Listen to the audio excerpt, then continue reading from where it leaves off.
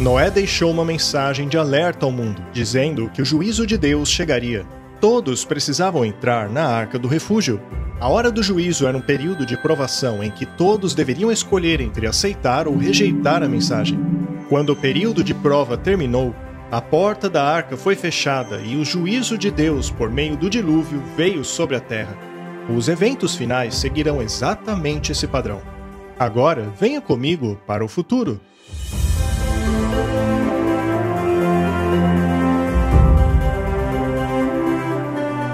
Meu nome é Jeff Wright. Eu caminho agora ao longo de uma linha do tempo do tamanho de um campo de futebol. Cada polegada deste campo representa um ano.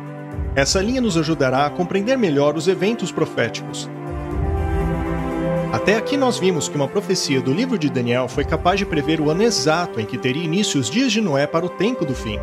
Vimos como a profecia dos 2.300 dias tiveram início no ano 457 a.C., e considerando que um dia profético equivale a um ano, sabemos que a profecia terminou 2.300 anos depois.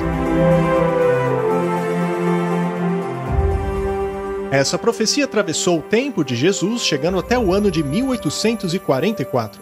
Foi a partir deste ano que a primeira mensagem angélica voltou a anunciar que a hora do juízo de Deus havia chegado. No tempo de Noé, esse período de teste durou 120 anos. Em nosso tempo, porém, essa mensagem de advertência tem soado por mais de 170 anos. Assim como a mensagem de Noé se espalhou pela terra, hoje as 3 mensagens angélicas atingem todo o globo, alertando os seus moradores a entrarem na Arca da Aliança Eterna antes da execução do juízo final. Antes do dilúvio, uma última mensagem de misericórdia havia sido dada aos homens. Com a arca pronta e suas portas abertas, todos deveriam fazer sua escolha, e é neste ponto que nos encontramos hoje.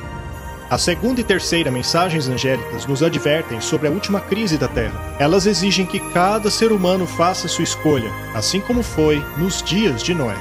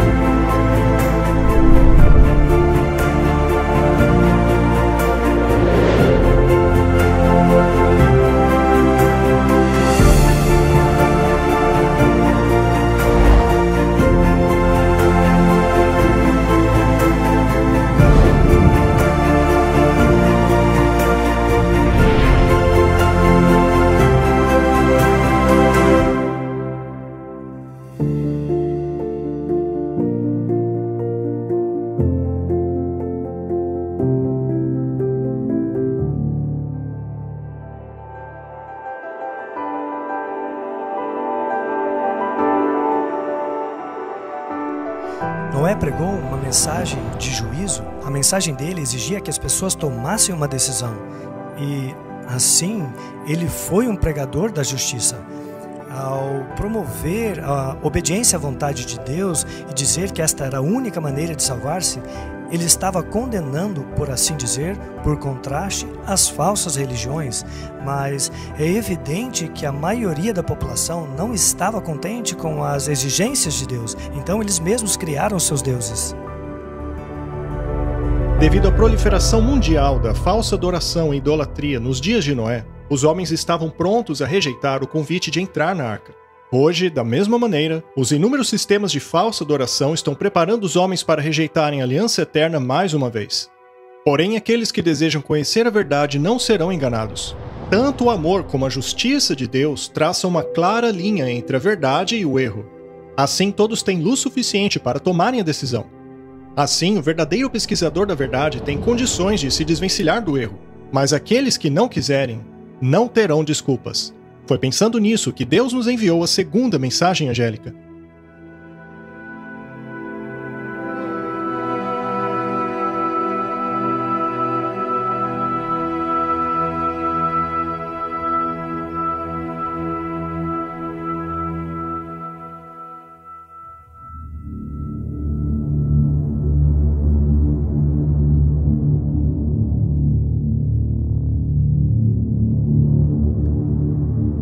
outro anjo seguiu dizendo: Caiu, caiu Babilônia, aquela grande cidade, que a todas as nações deu a beber do vinho da ira da sua prostituição.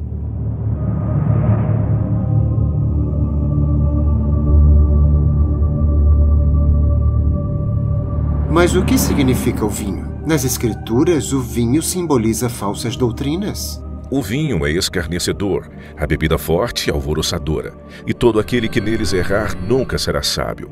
O efeito deste vinho é o engano, pois é o vinho fermentado, que leva as pessoas para longe da verdade. Então, encontraste a primeira mensagem angélica que apresenta a verdadeira doutrina? A Babilônia apresenta o vinho, ou seja, a falsa doutrina.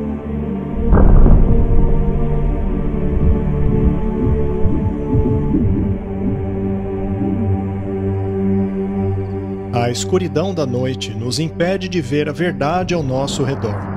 Assim como as trevas, a mentira tem nos impedido de enxergar o verdadeiro caráter de Deus. Falsas ideias e doutrinas são como árvores que mudam de acordo com a estação. Elas balançam como vento e continuam a cair e a crescer há séculos. Só há uma maneira de afugentar as trevas. É somente com a luz.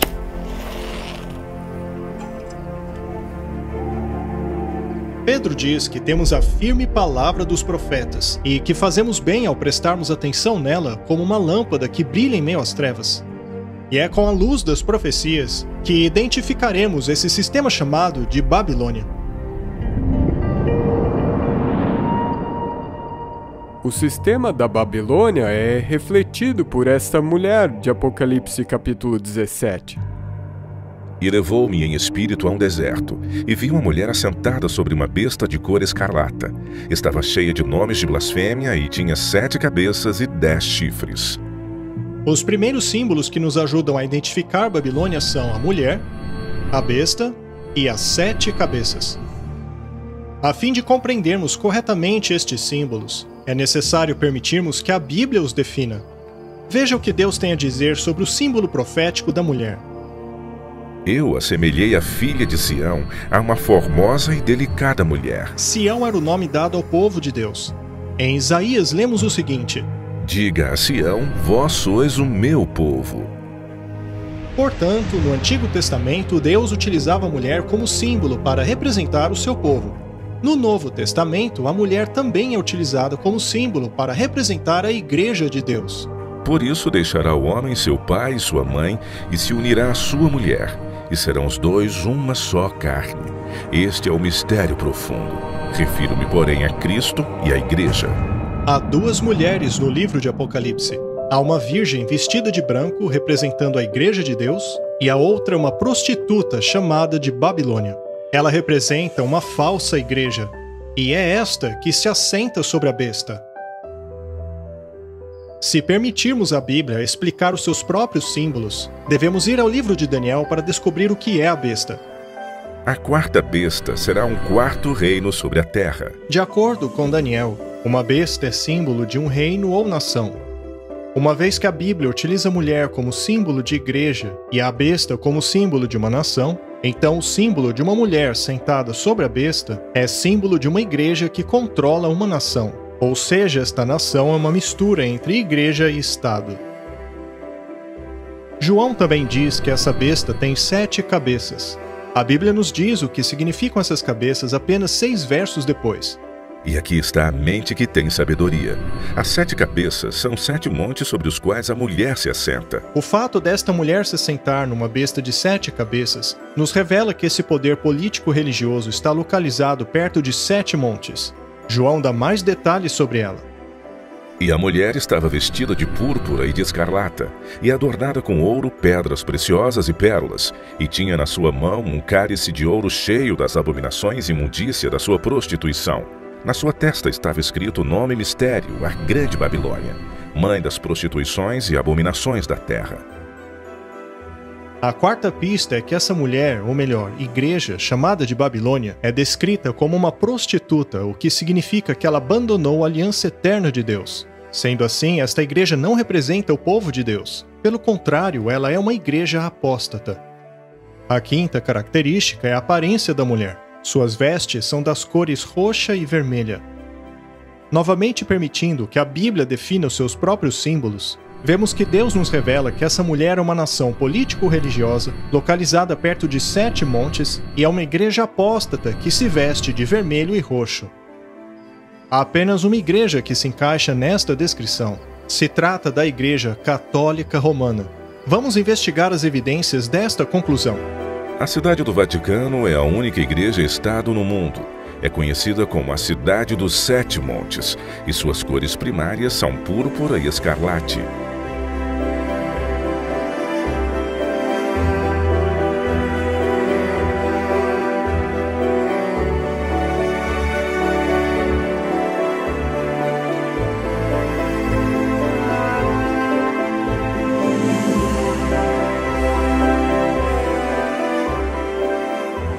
Durante a Reforma Protestante, muitos reformadores como Thomas Cranmer, John Wesley, William Tyndale, John Wycliffe, Philip Melanchthon, John Huss, Martin Luther e centenas de outros, todos concluíram que o papado é a prostituta Babilônia, mencionada em Apocalipse.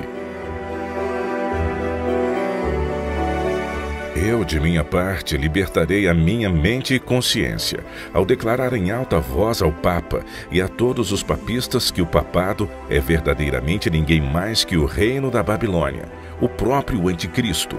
Afinal, quem seria o homem do pecado e o filho da perdição, senão aquele que, por seu ensinamento e ordenanças, aumenta o pecado e a perdição das almas da igreja, enquanto ele mesmo se assenta na igreja como se fosse Deus?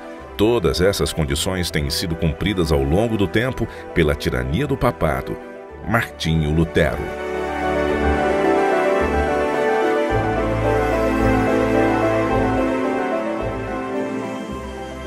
A segunda mensagem angélica alerta sobre o vinho da Babilônia e da influência intoxicante de suas falsas doutrinas que enganam o mundo todo. E sim, até mesmo o mundo cristão.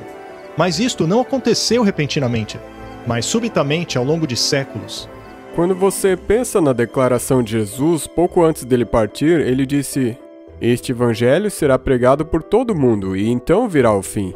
E nós vemos os discípulos saindo e pregando o evangelho, mas nós vemos que o fim não veio. E a razão, eu creio, é porque aquele evangelho se tornou corrompido. E um evangelho diferente começou a ser propagado pelo mundo. Na parte 2 desta série, vimos como o Evangelho Eterno e a Aliança Eterna foram revelados por meio do santuário. Mas agora veremos uma profecia no livro de Daniel que revela que o santuário seria atacado. É sobre isto que se trata. É um ataque ao Evangelho e à Aliança. Esta foi substituída por uma falsa.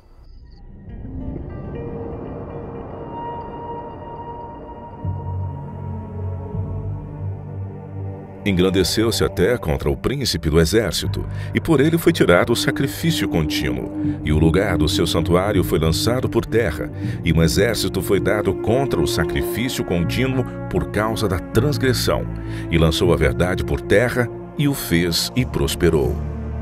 Não resta dúvida ao se analisar a sequência do capítulo de que o chifre pequeno é o papado católico romano. A profecia de Daniel nos revela que o papado se engrandeceria e se exaltaria acima do príncipe do exército, que é Cristo. E por meio do papado, a verdade, representada pelo santuário e por Cristo, seriam lançados por terra. Ao invés de olharem para Cristo como sumo sacerdote no santuário celestial, as pessoas foram ensinadas a olharem para um sacerdote humano em um falso santuário.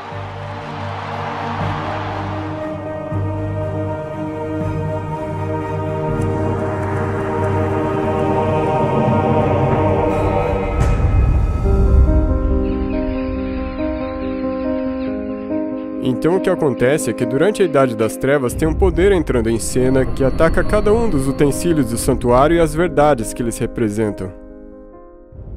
E o altar de sacrifício, que representa o sacrifício de Cristo, foi atacado, alterado em certo sentido. E um novo ensinamento entrou em cena que dizia: o sacrifício de Cristo não foi suficiente para perdoar os pecados. Se você quiser ser perdoado, você tem que pagar.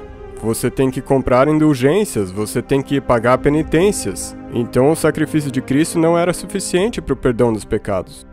O sacrifício de Cristo, que foi realizado somente uma vez, hoje é realizado perpetuamente em cada missa. O problema é que isto tira o poder do sacrifício de Jesus na cruz. A pia, que representa o batismo, também foi alterada. Nós devemos nos arrepender e então sermos batizados. Então você tem que ter idade suficiente para entender que você pecou e se arrepender por decisão própria. E esse ensinamento foi substituído pelo batismo infantil por aspersão. A mesa dos pães da proposição representam a Bíblia, e a Bíblia foi retirada durante a Idade Média. É proibido aos leigos lerem o Antigo e Novo Testamentos, e é proibido ainda mais severamente possuir os livros acima em linguagem popular. Os senhores dos distritos devem procurar diligentemente os hereges em casas, florestas, até mesmo os seus esconderijos subterrâneos devem ser completamente destruídos. Papa Gregório IX, Concílio de Toulouse, ano de 1229. Então, quando você remove a palavra de Deus, você tira a verdade de Deus. E agora você tem pessoas que estão sujeitas à superstição, sujeitas à tradição, mais do que a palavra de Deus. Disseram às pessoas que elas não poderiam ler a Bíblia por conta própria. Em vez de compartilharmos do pão da vida, que é uma referência às Escrituras, agora uma outra pessoa deveria interpretá-las para nós. E assim se perdeu de vista a verdade e a importância da Bíblia como fundamento. O altar de incenso, que representa a intercessão de Cristo em nosso favor, foi derrubado e no seu lugar foi estabelecido o que se chama de confessionário. Tinha 2 compartimentos, era dividido por uma cortina, com um homem sentado no lugar de Deus, ouvindo as confissões de outros homens. E foi dito às pessoas: vocês não podem ter acesso direto a Deus. Vocês devem vir aos sacerdotes e confessar os seus pecados a eles. Veio então a figura do padre, colocando-se entre o pecador e o Senhor, dizendo: de agora em diante vocês devem confessar os seus pecados a mim. E mais uma vez, barreiras estavam sendo colocadas entre o homem e Deus. Perdeu-se a capacidade do indivíduo de ir diretamente a Deus. E o candelabro de 7 braços representava a igreja, e ele também foi atacado nas perseguições que ocorreram durante esse período de tempo conhecido como Idade das Trevas. A liberdade para testemunhar também foi removida, e é isso que representa o candelabro, o testemunho. Qualquer um que divergisse do ensinamento dessa igreja dominante, desse sistema dominante, era perseguido, queimado, torturado e de muitas maneiras diferentes, para que eles se adequassem ao sistema. Então, de muitas maneiras, você pode ver o santuário sendo derrubado. E aí, no compartimento santíssimo, onde tinha a Arca da Aliança, é ali onde você encontra os 10 mandamentos, dentro da arca. E a Bíblia diz que esse poder cuidará em mudar os tempos e a lei, em Daniel 7:25. A reforma protestante deixou clara, ou pelo menos pregou poderosamente, que eles entendiam que o poder papal, que alegava ter autoridade para mudar a lei de Deus, era justamente este poder. A Bíblia diz: lembra-te do dia de sábado para santificá-lo. Mas a Igreja Católica diz: não, pelo meu divino poder eu aboli o dia do sábado, e agora ordeno a vocês guardarem o primeiro dia da semana. E eis que todo mundo civilizado se curva em obediente reverência ao mandamento da Santa Igreja Católica. A profecia previu que a Igreja Católica tentaria mudar os tempos e a lei, e ela reconhece este fato. O Papa possui poder para mudar tempos, abrogar leis e dispensar todas as coisas, até mesmo os preceitos de Cristo. Ao analisarmos a teologia da Igreja Católica, vemos que no Catecismo o 2º mandamento foi apagado. Ele não está lá. Eles deletaram o mandamento que proibia o uso de imagens. Mas agora tinha um problema, pois só havia 9 mandamentos. Sendo assim, eles dividiram o 10º mandamento em 2 partes. Além do santuário ter sido jogado por terra em termos de muitas doutrinas e leis, também perdemos a noção do sábado. E eles pegaram o descanso no 7º dia, que apontava para o sábado, e disseram: pelo poder e autoridade da igreja, nós mudamos esse dia para o domingo, o primeiro dia da semana. Salientando esta alteração do mandamento, um padre disse o seguinte em 1803: É bom lembrar os presbiterianos, batistas, metodistas e todos os outros cristãos que a Bíblia não apoia em nenhum lugar a sua observância do domingo. Domingo é uma instituição da Igreja Católica e todo aquele que guarda esse dia guarda um mandamento da Igreja Católica. A humanidade, que costumava entender que a guarda do sábado fazia parte da vida cristã no cristianismo primitivo, agora ouvia dizer que não. Agora, o sábado é o primeiro dia da semana. Esta mudança foi feita pela Igreja Católica Romana, pois ela alega possuir este poder. O caminho mais seguro é sempre o das Escrituras.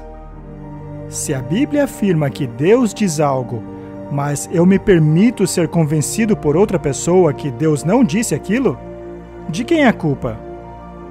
Eu sou o culpado. A ideia de que o sábado do Senhor foi mudado é ridícula se você pensar a respeito. Porque o único mandamento que começa com a palavra lembra-te é justamente aquele que eles querem que esqueçamos. Estes princípios da verdade são imutáveis. É por isso que eles estão lá dentro da Arca da Aliança, mas eles foram perdidos durante a Idade Média. Ao longo dos séculos, as verdades representadas no santuário foram lançadas por terra. Elas foram anuladas. Isso porque a verdade do ministério de Jesus no santuário celestial foi substituído pelas falsas doutrinas da Igreja Católica. Há muitas mentiras que compõem o vinho de Babilônia, mas uma que ataca diretamente o coração do Evangelho é aquela relacionada à aliança que Deus fez com seu povo. Jesus utilizou vinho puro, não fermentado, em sua aliança. Por outro lado, a Bíblia descreve o vinho da Babilônia como fermentado. Jesus, no Novo Testamento, enquanto ele estava tendo a última ceia com os discípulos, ele dá a eles o pão e diz: "Este é meu corpo, que é partido por vós." Então ele dá a eles o vinho, que é o suco da uva, e ele diz: "Esse é o sangue da aliança." Ou o Novo Testamento. Na verdade, Jesus disse: "Este cálice é o Novo Testamento no meu sangue." O vinho simboliza a nova aliança. O que é a nova aliança? Deus disse: "Eu escreverei a minha lei no seu coração e na sua mente." E quando a Babilônia oferece esse vinho falsificado, ela está oferecendo uma aliança falsificada. Este vinho é um vinho falsificado, e eu cito Provérbios 31. A Bíblia diz: "Não é próprio dos reis beber vinho, nem a bebida forte, para que bebendo se esqueçam da lei." Então, este vinho, ele é fermentado, é impuro, e quando você bebe desse vinho, ele causa com que você esqueça o que Deus disse para você se lembrar. E quando disse Deus para lembrar? Lembra-te do dia de sábado para o santificar. Então é esse o vinho que está sendo dado para o mundo atualmente.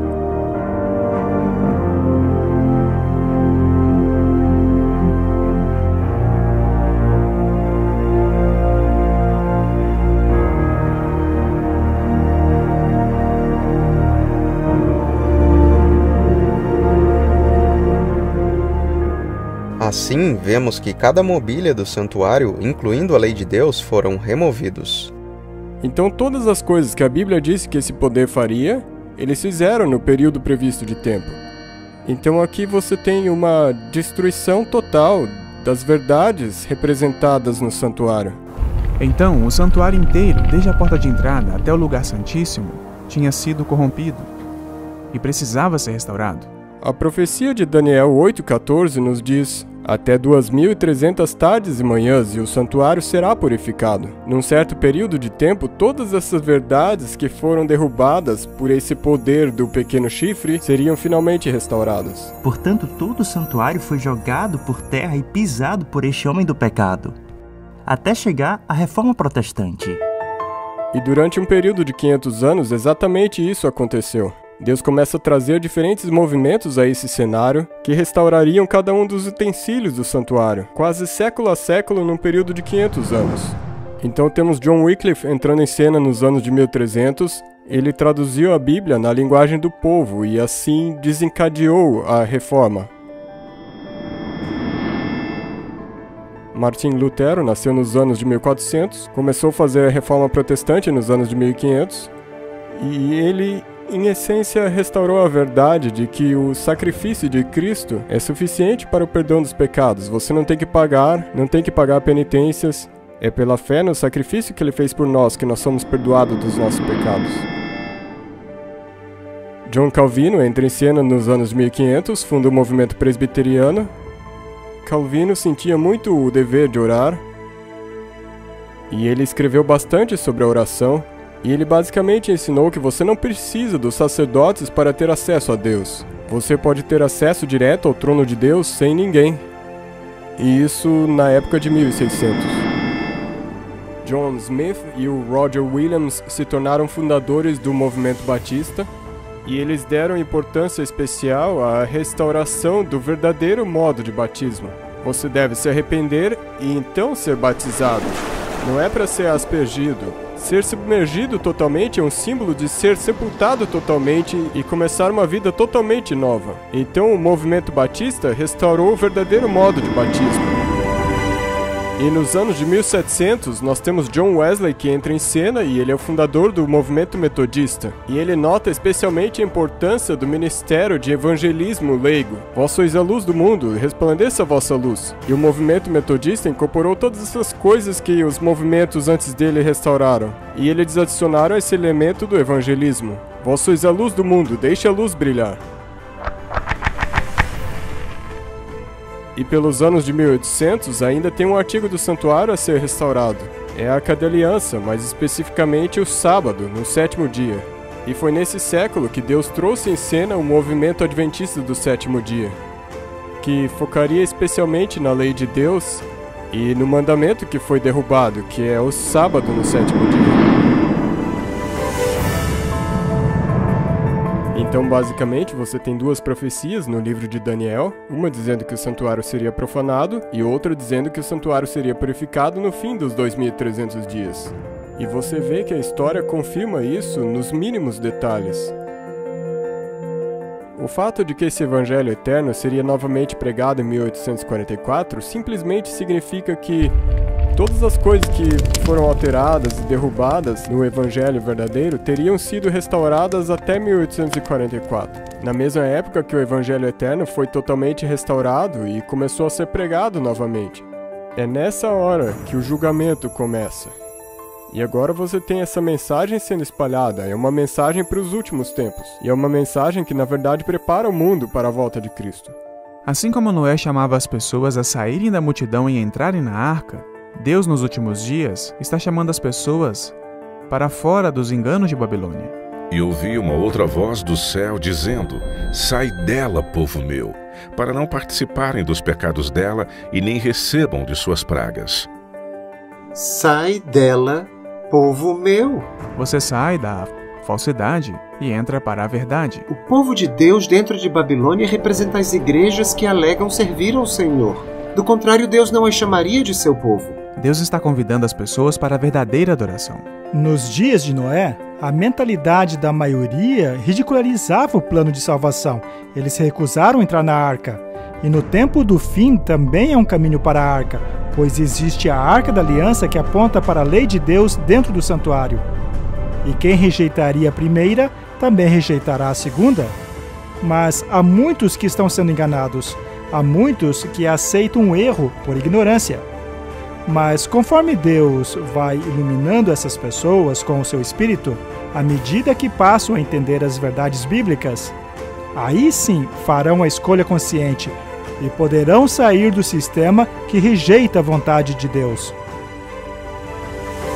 Essas pessoas perceberão que o sábado, assim como a mensagem dos mandamentos de Deus, não é pregado pelas suas igrejas. Nelas não é pregado que a hora do juízo de Deus chegou. E ao constatarem que as suas igrejas não pregam a primeira mensagem angélica, elas finalmente decidiram sair.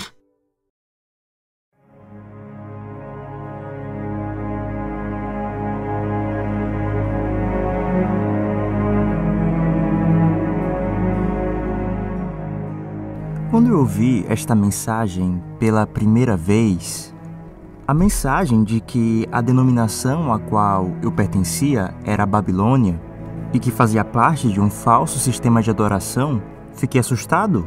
Veja, eu fazia parte da Igreja Católica.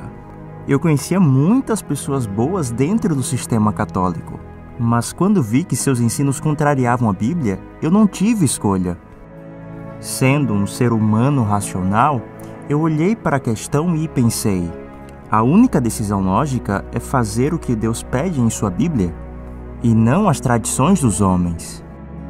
E foi uma decisão muito difícil, pois toda a minha família é católica, e até hoje ainda são. Mas é uma decisão necessária para que as pessoas vejam que Babilônia caiu.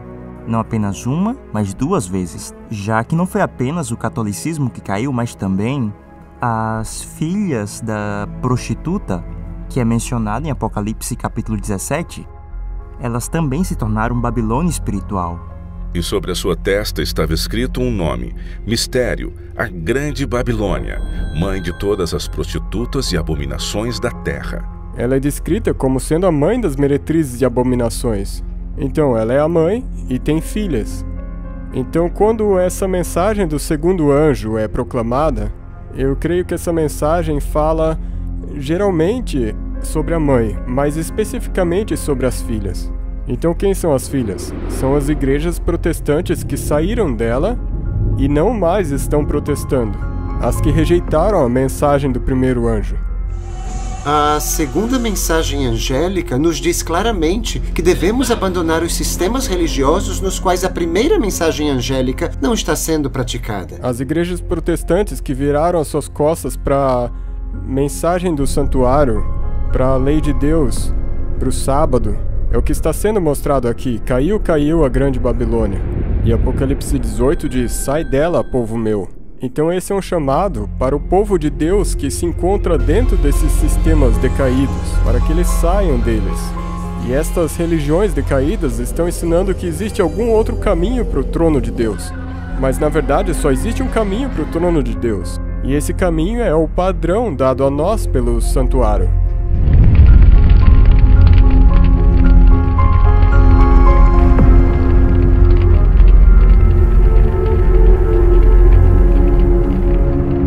Ao invés de protestarem contra as tradições de homens e o vinho da Babilônia, estas igrejas se embebedaram dele e o jorram para as suas congregações. O termo Babilônia, que significa confusão, é muito apropriado a essas igrejas. Todos alegam terem retirado suas doutrinas da Bíblia. No entanto, se dividiram em inúmeras denominações com crenças muito diferentes. Hoje, a fé religiosa é tão confusa e discordante que as pessoas simplesmente não sabem o que é verdade. Apesar das trevas espirituais e alienação de Deus das igrejas que constituem Babilônia, verdadeiros cristãos ainda podem ser encontrados em meio a elas.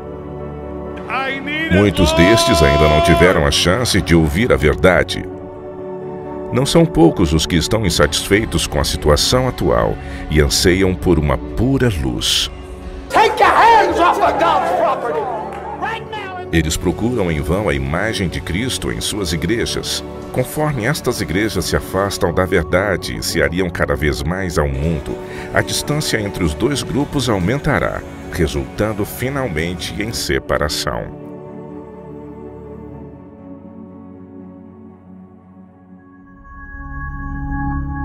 Eu me lembro quando eu ouvi essa mensagem pela primeira vez, e eu posso te dizer que eu era uma dessas pessoas que estava na Babilônia. Eu era um pagão.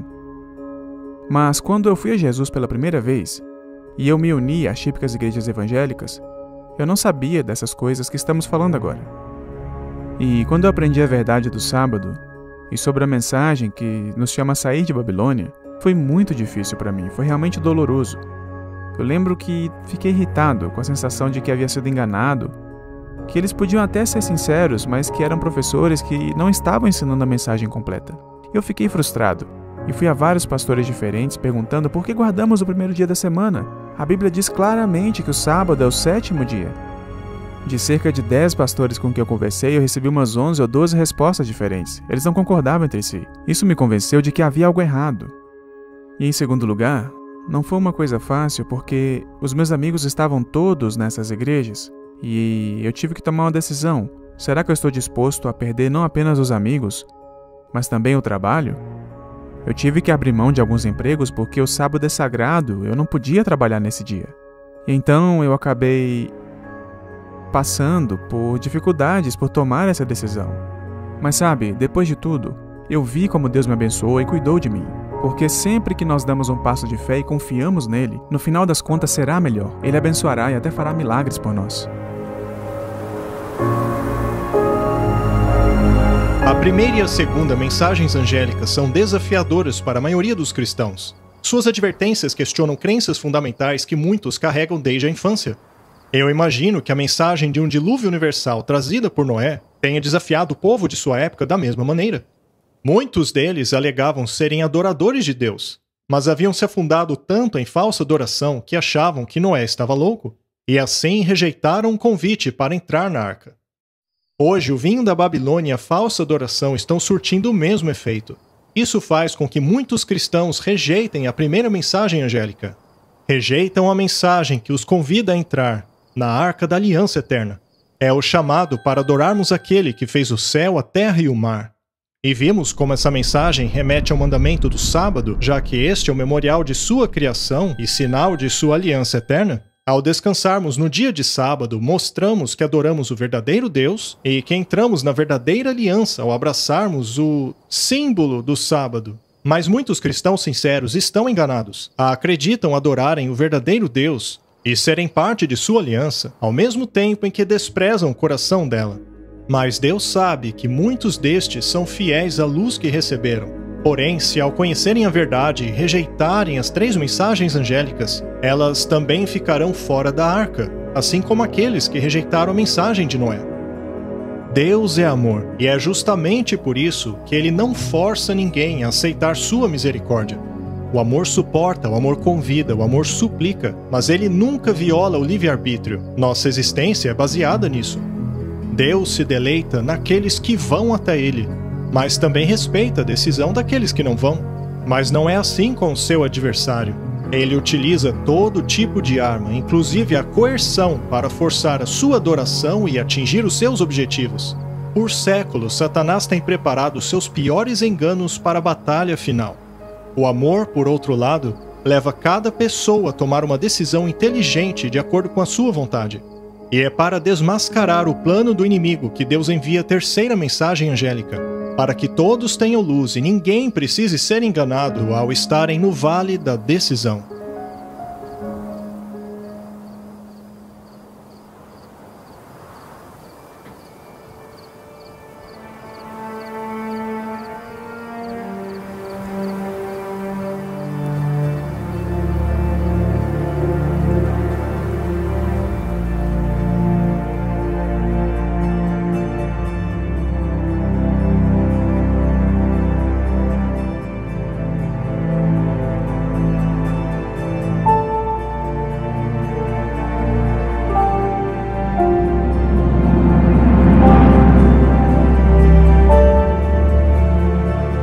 O terceiro anjo seguiu, clamando com alta voz, que se qualquer homem adorar a besta e sua imagem, e receber sua marca em sua testa ou em sua mão, o mesmo beberá do vinho da ira de Deus, que é derramado sem mistura no cálice de sua indignação, e ele será atormentado com fogo e enxofre na presença dos santos anjos, e na presença do Cordeiro, e a fumaça do seu tormento sobe para todo sempre, e não tem repouso nem de dia nem de noite, os que adoram a besta e a sua imagem, e aquele que receber o sinal do seu nome.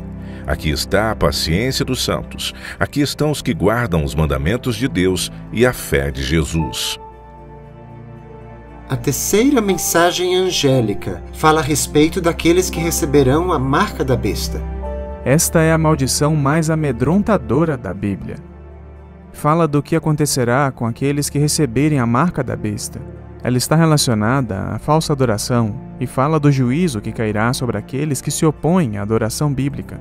O anjo não apenas exorta o mundo a adorar o Criador mencionado na primeira mensagem angélica, mas também exorta o mundo a não adorar a besta e a sua imagem na terceira mensagem angélica. Isso nos leva a concluir que o conflito final deste mundo girará em torno da adoração.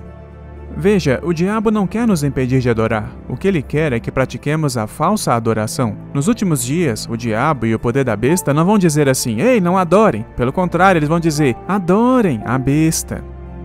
Vemos aí um paralelo com os dias de Noé. A população da terra estava dividida em dois grupos. Havia a maioria, infelizmente, do lado de fora da arca, ou seja, com a marca da besta, e a minoria dentro da arca, com o selo de Deus. Até hoje, a identidade da besta é um mistério para muitos. A cultura popular tem mencionado essa profecia inúmeras vezes em livros e filmes, o que tem levado muitas pessoas a todo tipo de especulação. Mas isso diminui o seu significado e enterrou a sua verdade sob uma pilha de confusão. A verdade é que sabemos exatamente o que é a marca da besta. Afinal, é por isso que Deus deu a profecia. Mas é preciso salientar que ninguém será salvo por saber o que é essa marca. Quando a última crise chegar, somente aqueles que tiverem o selo de Deus serão preservados na grande batalha. O que realmente importa é saber como receber o selo de Deus. Antes de saber o que é a marca da besta, vamos entender o que é o selo de Deus. E vi outro anjo subir do Oriente, que tinha o selo do Deus vivo, e clamou com grande voz aos 4 anjos, a quem fora dado o poder de danificar a terra e o mar, dizendo: Não danifiqueis a terra, nem o mar, nem as árvores, até que hajamos assinalado nas suas testas os servos do nosso Deus. Nos dias de Noé, ele estava selado dentro da arca. E isso simplesmente significava que ele não podia sair e ninguém podia entrar. Após terem entrado na arca, o Senhor os fechou lá dentro. A palavra fechar e selar são apresentadas como tendo o mesmo sentido nas Escrituras. Por exemplo, Deus disse a Daniel: fecha as palavras e sele o livro até o tempo do fim. Portanto, as palavras fechar e selar possuem o mesmo sentido. Quando a Bíblia diz que Deus o fechou lá dentro, é o mesmo que dizer que Deus o selou lá dentro. Noé foi selado na arca da aliança que fez com Deus e assim foi protegido do dilúvio. Eles estavam selados internamente, estavam salvos do juízo que viria sobre toda a terra. Não há nenhum tempo de angústia que já houve sobre a terra comparado em intensidade àquele que o nosso mundo ainda experimentará. A fim de passarmos por esse período de extrema provação, o povo de Deus precisa ser selado antes.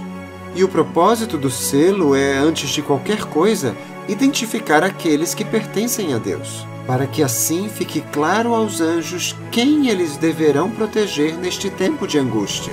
Isaías capítulo 8, verso 16, fala a respeito de selar a lei entre os discípulos de Deus. Guarde o testemunho e sele a lei entre os meus discípulos. Vemos aqui que existe uma conexão entre o selo de Deus e a sua lei. Quando analisamos os selos da antiguidade, vemos que eles sempre exibiam 3 elementos.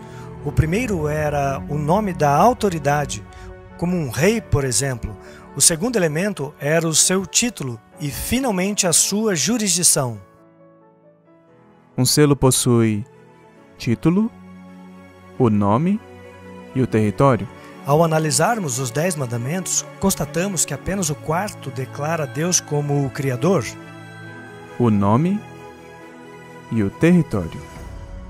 Lá ele é apresentado como governante dos céus e da terra, ou seja, sua jurisdição. O selo de Deus está bem no mandamento do sábado. É algo único que identifica a quem adoramos. Assim como nos dias de Noé, entrar naquela arca representava a aceitação de toda a moralidade promovida por Deus, ou seja, dos 10 mandamentos, que é uma manifestação da vontade dele. Da mesma maneira, no tempo do fim, a aceitação do sábado indicará a aceitação de todos os requisitos morais de Deus. O selo, de acordo com a Bíblia, pode ser resumido em um mandamento apenas, o 4º mandamento, mas não porque esse mandamento seja em si mesmo um mandamento com poder salvador, mas porque este mandamento valida todo o restante da lei. Sem o 4º mandamento, todo o decálogo pode pertencer a qualquer um? Mas ele foi escrito pelo Senhor, pelo Criador. E dessa maneira, toda a lei passa a ter o seu selo de autoridade. Ao guardar o sábado genuíno do quarto mandamento, estamos assim reconhecendo a autoridade do legislador do universo, e é por isso que é importante guardar o sábado. E santificai os meus sábados, para que sejam um sinal entre mim e vós, para que saibais que eu sou o Senhor vosso Deus. A verdade é que o sábado determina quem você adora. A guarda do sábado revela que dedicamos a nossa vida ao nosso Criador, ao nosso Salvador. Se o sábado é o sinal de Deus como Criador, a marca da besta deve ser o sinal oposto, criado por este poder para rivalizar o sábado que Deus estabeleceu. E qual o sinal que Deus estabeleceu como Criador? O sábado. Qual seria então o sinal que distingue a besta e exige adoração por parte do povo? Ora, precisa ser um outro dia?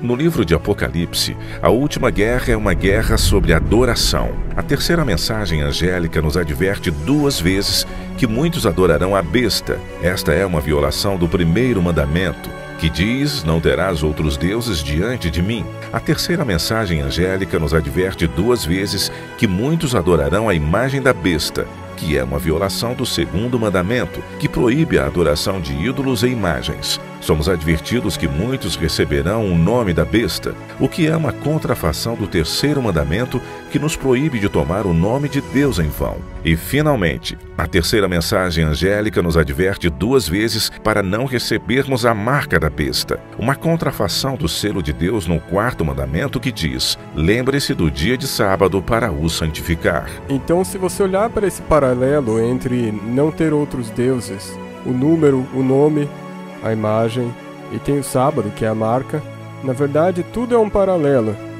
Tudo gira em torno da primeira tábua dos 10 mandamentos.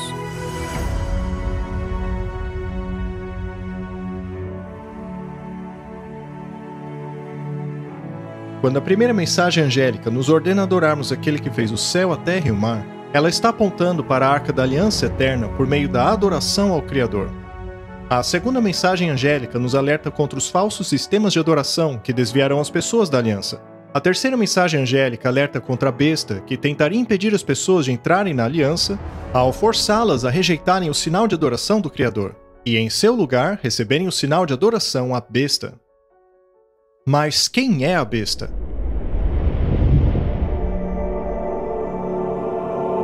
E fiquei de pé na areia do mar, e vi uma besta emergir do mar, e tinha 7 cabeças e 10 chifres, e sobre os chifres 10 coroas, e sobre as cabeças havia um nome de blasfêmia. João viu que a besta tinha 7 cabeças e 10 chifres.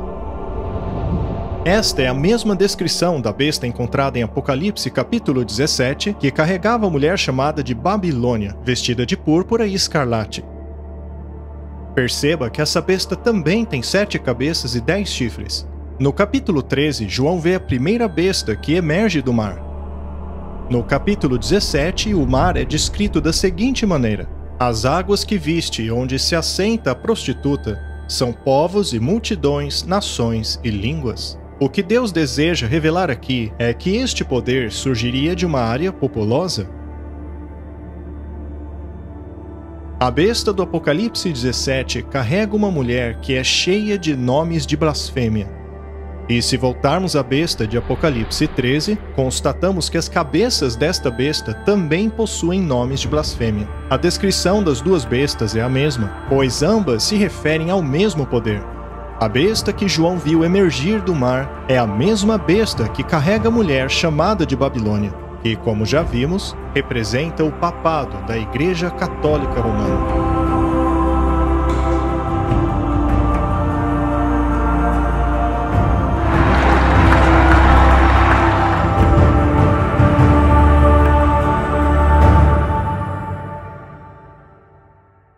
Eventualmente, depois de muito estudo a respeito da besta e tendo-se concluído que esta representava o papado e a Igreja Católica, vemos que ela faz uma alegação muito importante. Segundo ela possui a autoridade para mudar a lei de Deus. Isso mesmo, a autoridade de mudar aquilo que o próprio Deus determinou. Ela mudou o dia do quarto mandamento. Não mais o sábado, que é um sinal do poder criador de Deus, mas instituíram então o domingo. E é esse dia que a Igreja Católica alega ser a marca da sua autoridade. E no tempo do fim, essa será a marca da besta. Um arcebispo da Igreja Católica Romana disse o seguinte em 1562. Sendo assim, a autoridade da Igreja não deve se curvar à autoridade da Bíblia, pois a Igreja transferiu o sábado para o domingo não por ordem de Cristo, mas por sua própria autoridade. A Igreja Católica aponta para sua alteração da lei divina como prova de que sua autoridade está acima da Bíblia. Segundo ela, esta alteração é a marca de sua autoridade. No século XIX, a Igreja Católica publicou a primeira edição de um artigo que mais tarde foi intitulado Desafio Romano: Por que os protestantes guardam domingo? Nesta publicação, o autor católico confronta os protestantes com essa pergunta: Ainda não é tarde para os protestantes se redimirem. Será que o farão? Será que permanecerão consistentemente sobre a profissão protestante? Será que considerarão apenas a palavra escrita, somente as Escrituras como sua única autoridade e norma? Ou continuarão se apegando à indefensável, autocontraditória e suicida doutrina e prática de seguirem a autoridade da Igreja Católica ao adotarem o sinal de sua autoridade? Guardarão eles o sábado do Senhor, o 7º dia, de acordo com as Escrituras, ou guardarão o domingo de acordo com a tradição da Igreja Católica? A remoção daquilo que nos lembra da autoridade de Deus como Criador, a remoção da aceitação como um sinal de fé, a remoção de todas essas coisas afeta diretamente nosso relacionamento com Deus, assim como tudo que está relacionado a isso. A maior afronta que pode ser feita contra a autoridade de Deus é alterar a sua lei, pois sua lei é o fundamento de seu governo. E o papado apresenta esta alteração como a marca de sua autoridade. Aqueles que adoram o Criador honrarão o dia que ele determinou como sinal de sua autoridade e aliança. E aqueles que pisam na lei de Deus para obedecerem uma lei humana receberão a marca da besta, porque assim estarão aceitando o sinal de lealdade do poder que escolheram obedecer no lugar de Deus. Este é o conflito central na última guerra por adoração. Quando esta questão propagar-se e tornar-se mundial, cada pessoa receberá o sinal do poder que escolheram obedecer, em sua testa ou em sua mão. Ela é retratada como estando tanto na testa quanto na mão. Para melhor entender o que isto quer dizer, vamos voltar a Deuteronômio capítulo 6. E essas palavras que eu vos ensino hoje, vocês as ensinarão para seus filhos. Também as atarás por sinal em tua mão, e te serão por frontais entre teus olhos. Primeiro precisamos compreender a que se referem estas palavras. Elas se referem aos mandamentos que foram dados no capítulo anterior. Em Êxodo, capítulo 13, verso 9, ele diz a mesma coisa. Deuteronômio 11 diz a mesma coisa. A lei de Deus deve ser um sinal na tua mão e entre os teus olhos. E isso dá um novo significado para a marca da besta. Tê-la como sinal na testa quer dizer que você fez um consentimento mental de não seguir a Cristo. Isto é um símbolo. Estar na mão significa as suas ações e na testa a sua fé, a sua adoração. E tanto faz na testa ou na mão. Ainda que você não aceite mentalmente, você pode agir de acordo com ela, dizendo, bem, eu não concordo com a marca, mas vou seguir para não sofrer as consequências. Está escrito que é na mão e na testa. Eles aceitaram a lei e a aliança da besta, em suas ações e em sua adoração. Nesta guerra por adoração, a besta tem um poderoso aliado. Após ver a primeira besta emergir do mar, João vê uma segunda besta, e nos diz que a segunda besta forçará o mundo todo a adorar a primeira besta. E vi uma outra besta surgindo da terra, e ela tinha 2 chifres como um cordeiro, e falava como um dragão, e exerce todo o poder da primeira besta na sua presença, e faz que a terra e os que nela habitam adorem a primeira besta, cuja ferida mortal fora curada. Isto significa que ela fará uso da força. Nesta profecia, a segunda besta forçará o mundo a adorar a primeira besta.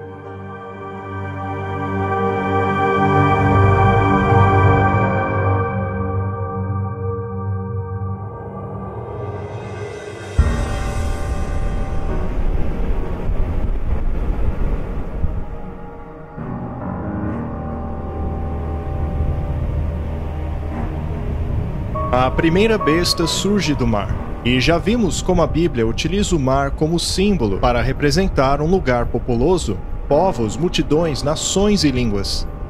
Mas a segunda besta surge da terra, que por contraste representa um lugar deserto, longe dos lugares populosos da terra. Temos aí uma nova nação crescendo em poder num lugar relativamente despovoado.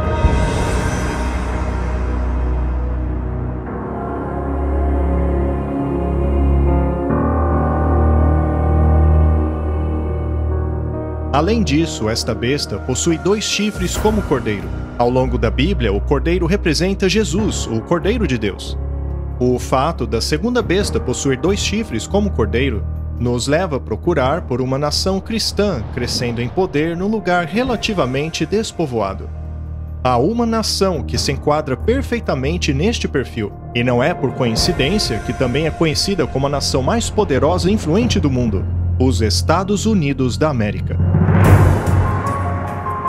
Os fundadores desta nova nação professavam crer no Deus da Bíblia quando declararam o seguinte: defendemos que estas verdades são auto-evidentes, de que todos os homens são criados iguais e que foram dotados por seu Criador de certos direitos inalienáveis, estando entre eles a vida, liberdade e a busca pela felicidade.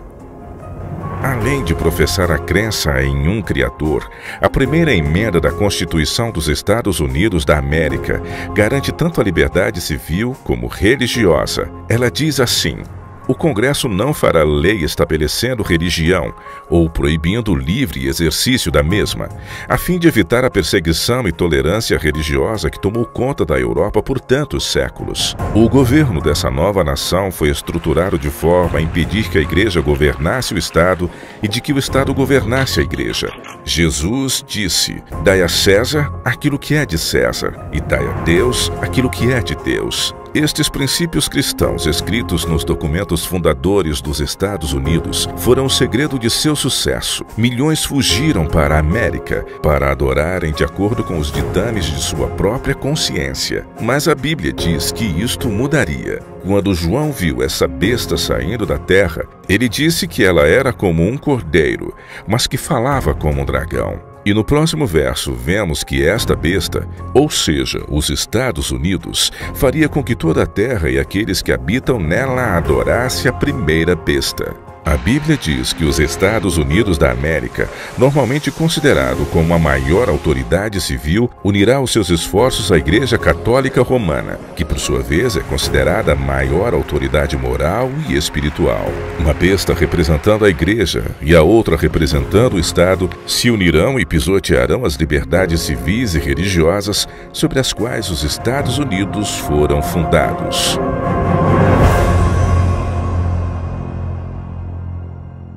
No tempo de Cristo e dos apóstolos, milhares estavam abandonando a religião dos fariseus e dos saduceus, que Jesus havia declarado como corruptas, e elas estavam ingressando no corpo de Cristo, na sua igreja neotestamentária.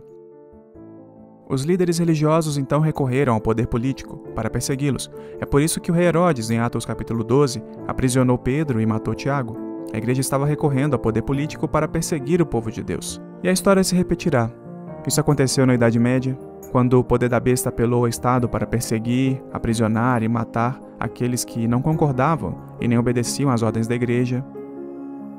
E vai acontecer de novo. Nós veremos a história se repetir nos últimos dias, sem dúvida alguma. Probably we should be debating a bill requiring every American to attend a church of their choice on Sunday to see if we can get back to having a moral rebirth. Yeah, we're talking about State Senator Sylvia Allen, and she thinks the nation is suffering from a moral decay. A questão do sábado será debatido em todo o planeta, por meio do rádio, da televisão todos falarão a respeito da controvérsia sobre o sábado. Deus é um Deus justo. Portanto, essa mensagem a respeito de 2 sistemas de adoração de 2 sábados, o sábado bíblico do 7º dia e o sábado do restante do planeta, serão debatidos em todo lugar, pela mídia, pela imprensa e por vários grupos diferentes. Essa questão ficará clara para todos. The Christians have said they changed it. No, you're wrong. The Christians changed it. Let me give you proof of it. In the 1st century of Christian creed in 6 days, and the 7th was a day of rest. Now the 1st day, the Sunday, which was, by the way, borrowed by the Romans and the Greeks. A clear amendment. What's wrong with that?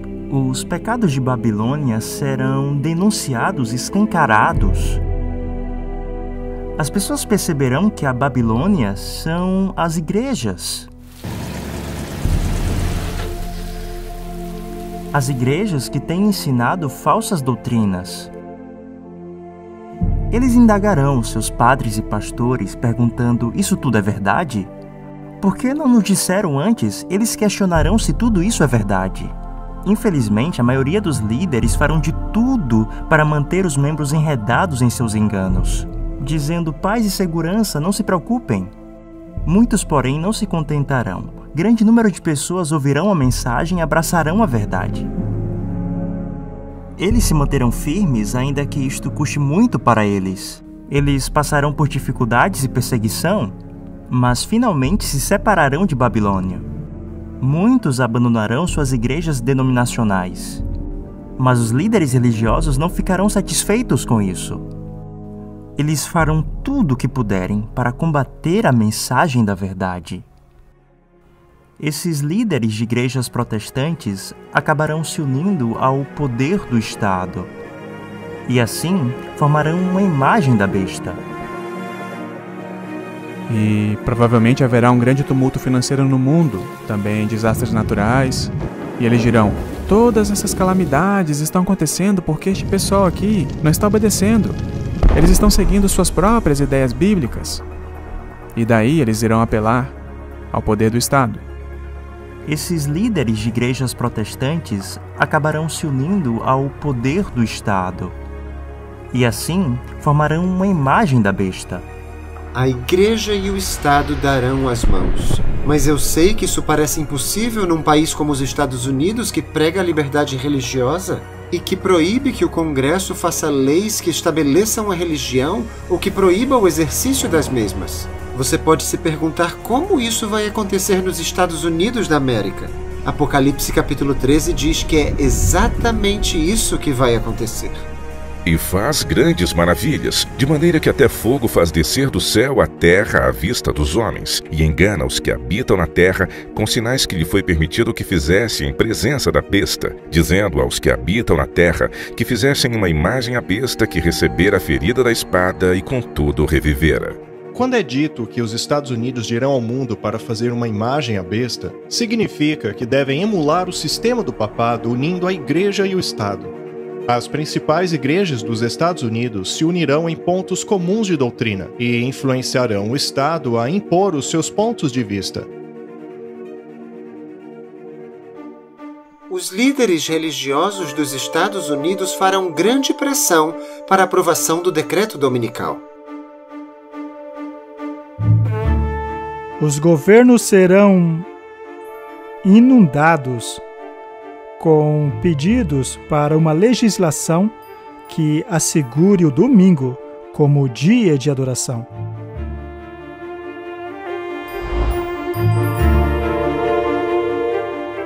Isso acabará levando a um decreto dominical mundial.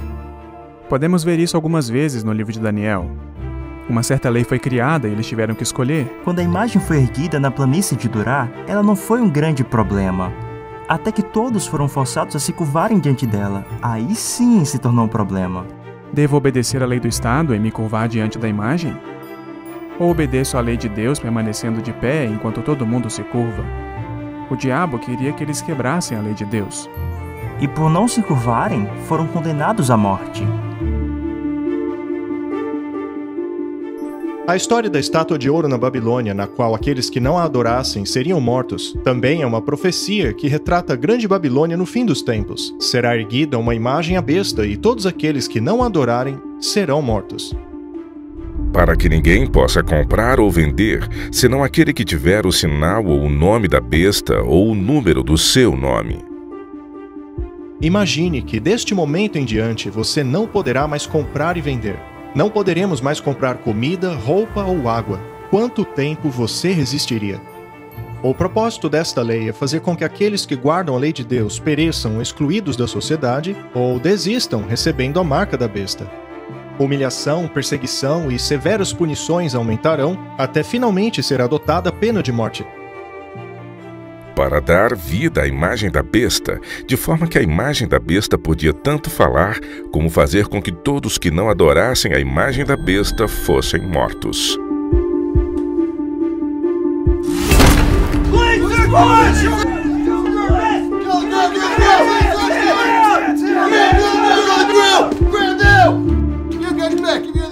Qualquer um que não obedeça a esta lei do Estado, instigada pela Igreja, será perseguido. A pressão política será exercida de maneira tal que acionarão a polícia e o exército para perseguirem aqueles que se mantêm firmes nas verdades bíblicas. Muitos, antes do fim do tempo de graça, perderão suas vidas. Outros serão aprisionados. O erro e o engano tomará conta de todo o planeta. E a mensagem da minoria hoje é a mensagem divina da justificação pela fé, que é a mensagem de Noé. É uma mensagem de esperança, de libertação, mas também é uma mensagem de juízo. A controvérsia final gerará em torno da escolha que cada um deverá fazer entre uma lei que foi dada por Deus e uma outra lei que foi dada pelos homens. E o catolicismo romano diz exatamente a mesma coisa. Ela diz que a escolha é entre o sábado bíblico e o sábado papal.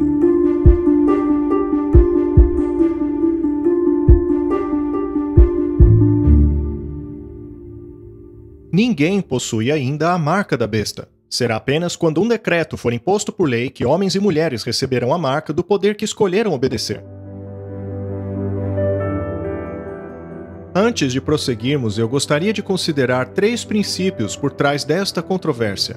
Entenda que o contexto entre o sábado de Deus e a lei dominical é uma disputa a respeito do caráter de Deus. Afinal, compeliria ele as pessoas a adorá-lo por meio da força? Ou deseja ele que o adoremos voluntariamente em resposta ao seu amor? A sua resposta a esta pergunta determinará de qual lado do conflito você estará. Se você crê que Deus força suas criaturas a adorá-lo, você verá o decreto dominical como a vontade dele. Por outro lado, se você crê que o caráter de Deus é abnegado e amável, então você verá nesta violação da liberdade de consciência a atuação de um outro poder. E a segunda pergunta seria: como Deus nos salva? A ideia de que podemos aplacar a ira de Deus e dar um fim às calamidades pela estrita imposição de um dia de adoração é a aplicação do princípio de que o homem pode salvar-se por meio de suas obras. Por outro lado, se crermos na promessa da aliança de Deus de que Ele opera nossa salvação, nós entraremos em seu descanso guardando o sábado do 7º dia, que nos foi dado como sinal de que reconhecemos que Ele é o nosso Salvador. O terceiro princípio é o da demonstração. É na crise que o nosso caráter é revelado, e quando a última crise tomar conta do mundo, todos manifestarão o caráter que desenvolveram. Um grupo revelará o caráter abnegado de Deus ao sacrificar suas vidas para ajudar outros, enquanto que o outro grupo revelará o caráter egoísta do adversário ao sacrificarem a vida de outros a fim de salvarem as suas. Estes são os princípios por trás do conflito que envolverá todos nós. Agora você entende porque sua compreensão a respeito do caráter de Deus e de seu plano da salvação certamente influenciará a sua escolha entre a marca da besta ou o selo de Deus.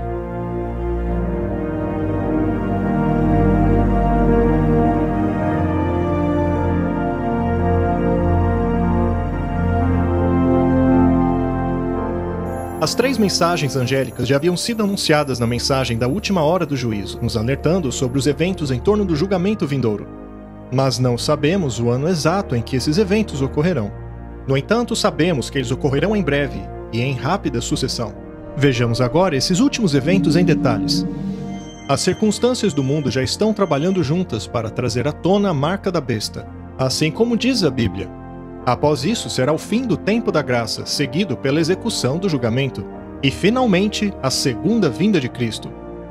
Nos dias de Noé, o mundo inteiro estava no vale da decisão, mas depois que todos fizeram a sua escolha entre aceitar ou rejeitar o refúgio da arca, a porta da misericórdia fechou. O tempo para decidir havia acabado.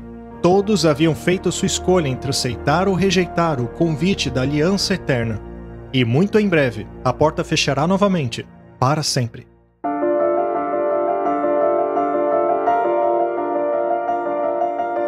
Muitas pessoas não percebem que o paralelo entre os dias de Noé e os últimos dias não tem tanto que ver com a destruição dos ímpios que dominam o mundo.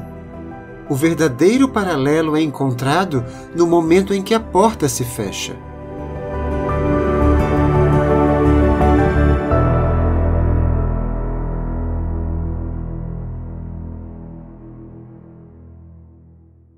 Nós, humanos, simplesmente não entendemos a paciência e a longanimidade de Deus.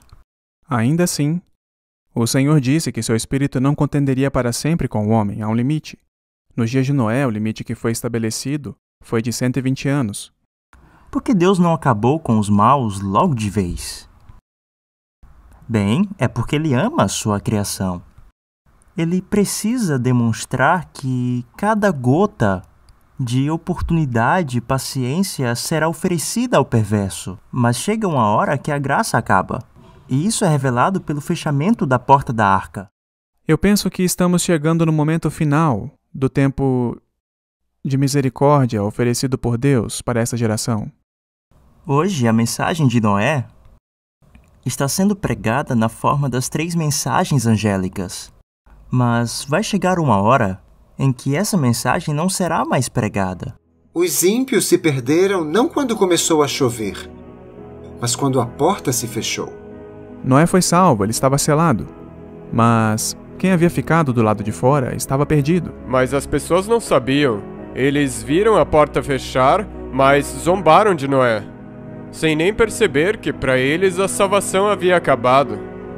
O período de graça havia acabado. Ainda assim, a humanidade continuava a sua rotina sobre a terra. Da mesma maneira, no tempo do fim, haverá um período em que o tempo da graça já haverá acabado. Mas a humanidade continuará vivendo sobre a terra. O julgamento já está finalizado. Um julgamento foi feito de que nações, pessoas seriam destruídas, mas a execução desse julgamento ainda não foi realizada. E é isso que vai acontecer no fim dos tempos. Muitos creem que o convite à salvação terminará depois que Jesus voltar, mas o fechamento da porta nos dias de Noé mostra que isso não é verdade. O convite à salvação cessará antes da volta de Cristo. Lemos isso em Apocalipse capítulo 22. Aquele que é injusto, que continue a ser injusto. Aquele que é imundo, que continue a ser imundo. E aquele que é justo, que continue sendo justo. E aquele que é santo, que continue a ser santo. E sabemos que este verso é anterior à volta de Jesus, porque a próxima frase diz: E eis que venho logo. Quando aquele momento chegar, a paciência de Deus já verá se esgotado, assim como nos tempos de Noé. Portanto, não devemos nos preparar para a segunda vinda de Cristo em si. Nós devemos nos preparar para o fim do tempo de graça. Esse é o ponto-chave.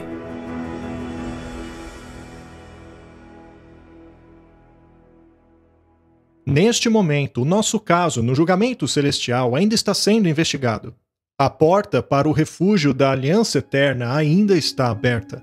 Essa porta é Jesus. Eu sou a porta. Aquele que entra por mim será salvo. Jesus também falou sobre a porta da salvação no livro de Apocalipse. Coloquei diante de ti uma porta aberta, e nenhum homem pode fechá-la, pois tens pouca força. O próprio Noé não fechou a porta da arca, porque ela representa a porta da salvação. Nenhum homem pode fechar essa porta. Imagine a fé de Noé ao construir a arca por 120 anos, sabendo que ele não poderia fechá-la. Ele confiou que Deus cumpriria sua promessa, e ele cumpriu. A Bíblia diz que o Senhor o fechou lá dentro. Quando o juiz bate o martelo, o caso está encerrado e a investigação concluída. Da mesma maneira, o fechamento da porta da arca mostrou que o caso de cada indivíduo estava encerrado. Todos haviam escolhido aceitar ou rejeitar o convite à misericórdia. E para entendermos como Deus fechará a porta da salvação no fim dos tempos, precisamos recorrer ao estudo do santuário. Nele veremos que a porta da salvação está aberta agora. Pois Cristo não entrou num lugar santo feito por mãos, que são figuras do verdadeiro, mas entrou no próprio céu, para agora permanecer na presença de Deus por nós. Ele está agora na presença de Deus intercedendo por nós. Neste momento ainda temos um mediador, que está intercedendo por nós. Mas um dia essa intercessão vai acabar. Chegará o momento em que ele se levantará e deixará o santuário. O sumo sacerdote deixará o lugar santíssimo. O incensário será arremessado. E a partir daí, não há mais intercessor, não haverá mais perdão de pecados. Pois é Cristo quem morreu, ou antes que ressuscitou dentre os mortos, o qual está à direita de Deus e também intercede por nós. O perdão só é possível porque Jesus, o nosso advogado nesse tribunal celestial, está apresentando diante do Pai os méritos de seu sangue em nosso favor. Quando Jesus deixar a presença do Pai, a humanidade não terá mais um intercessor, e a porta da misericórdia fechará. Quem estiver salvo está salvo, e quem estiver perdido está perdido. Todos os casos estarão decididos para a vida ou para a morte. Nós damos a graça de Deus por garantida, porque sempre que pecamos, sabemos que Ele está lá para nos perdoar. Mas um dia isto chegará ao fim, e não poderemos mais ser purificados. Portanto, agora é a hora de receber essa santificação, essa purificação. No fim dos tempos, Deus terá uma geração que ainda terá uma natureza pecaminosa. Mas pelo poder de Deus, eles obterão completamente a vitória sobre o pecado. E vi algo como um mar de vidro misturado com fogo, e também os que saíram vitoriosos da besta, e da sua imagem, e do seu sinal, e do número do seu nome. Estavam junto ao mar de vidro e tinham as harpas de Deus. Eles são chamados de os 144.000, os santos vivos quando Jesus voltar. Este grupo terá desenvolvido um caráter assim como o que Cristo desenvolveu. Ou seja, eles terão desenvolvido um caráter de vitória sobre o pecado. A vitória sobre o pecado é a vitória sobre o egoísmo. A vida de Jesus foi uma corrente ininterrupta de serviço a Deus e ao homem. Quando o povo de Deus for aperfeiçoado, eles também servirão abnegadamente, livres de qualquer egoísmo, pois a plenitude do caráter cristão é obtida quando o impulso de ajudar os outros brota constantemente do coração. Este é o caráter que o povo de Deus desenvolverá. E, aliás, isto acontecerá sob as piores circunstâncias da história do planeta, a menos que tenhamos encontrado refúgio em Cristo. Antes do fim do tempo da graça, não haverá refúgio no tempo de angústia.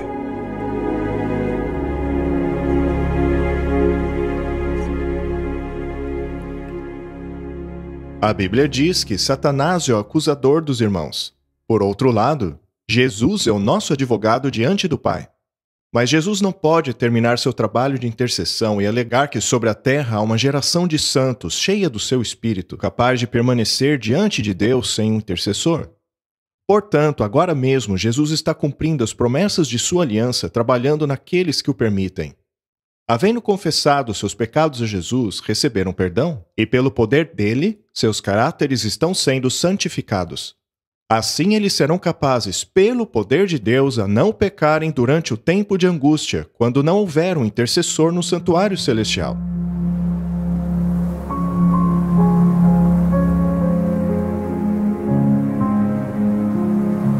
Imagine como se sentiram Noé e sua família ao entrarem na arca e a porta se fechou. Mas nada aconteceu por 7 dias. Para os ímpios não havia nenhum sinal de que aquilo que Noé pregara iria acontecer. Noé provavelmente achava que as águas do dilúvio começariam imediatamente. Sem dúvida, Noé passou por um grande teste de fé naqueles dias. O primeiro dia passou e nada aconteceu. 2 dias e nada. Eu acho que Noé começou a se questionar. Ele deve ter se perguntado se talvez pudesse estar errado. Mas depois de 7 dias, o juízo finalmente chegou e será assim o fim do mundo. O povo de Deus vai passar por um tempo de profunda angústia. Eles serão levados a pensar, serão tentados a pensar que a presença de Deus os abandonou.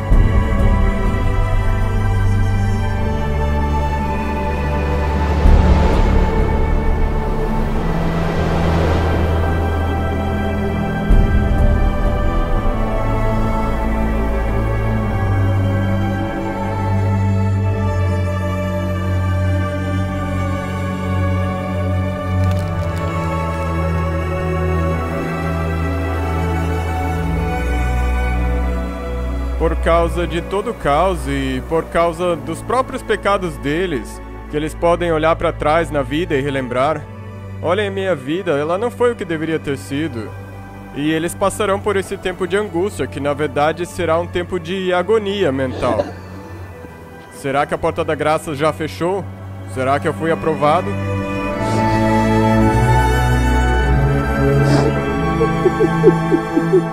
Quando exatamente a porta da graça fecha, ninguém sabe.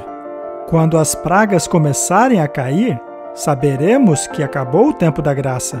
Assim como nos dias de Noé, haverá uma grande pregação.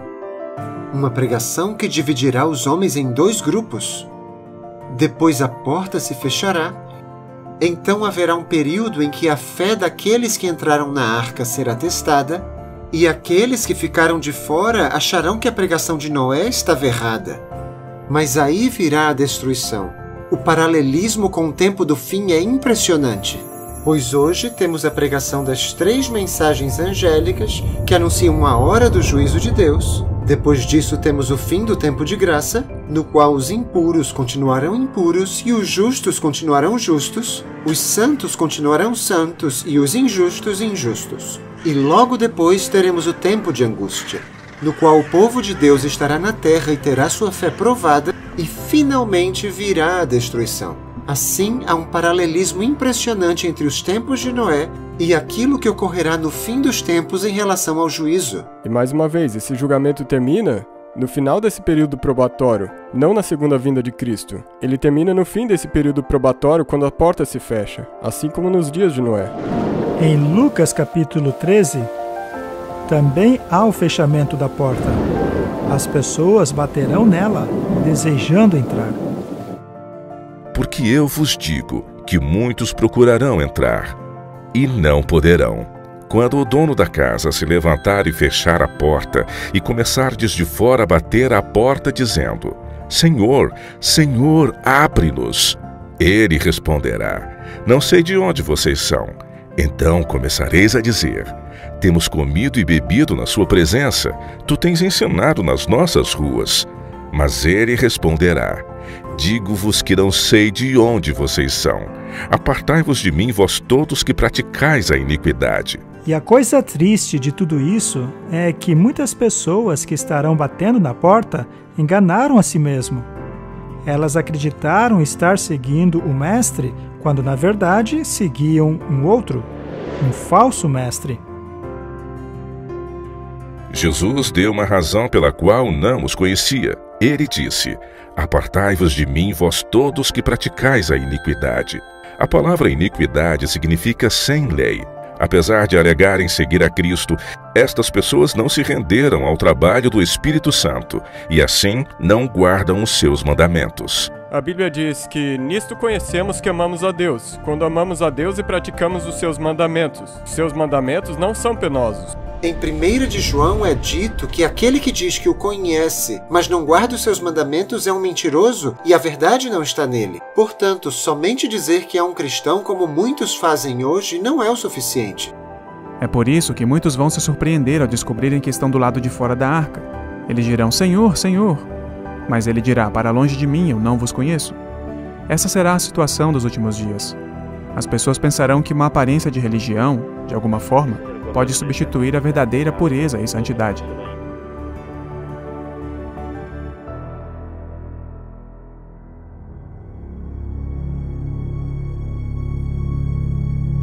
Quando Deus fechou a porta da arca, as pessoas já haviam feito sua escolha. Alguns decidiram ficar dentro e outros de fora da arca.